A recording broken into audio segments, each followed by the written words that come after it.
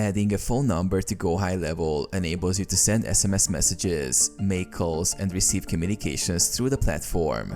Here's how to add the phone number to GoHighLevel. Log into GoHighLevel. Sign into your GoHighLevel account and navigate to the settings section from the sidebar. Navigate to phone numbers. In the company settings menu, click on phone numbers under the communications section. Choose add new phone number. Click on the add new phone number button to begin the process of adding a phone number. Select the type of phone number. You can choose to add a Twilio phone number, which is used for sending SMS and making calls, or use GoHighLevel's built-in phone number option if it's available in your region. Purchase or port a phone number. If you're selecting Twilio, GoHighLevel will prompt you to enter your Twilio API credentials. If using GoHighLevel's built-in option, you can directly select and purchase a new phone number or port an existing one. Configure the phone number.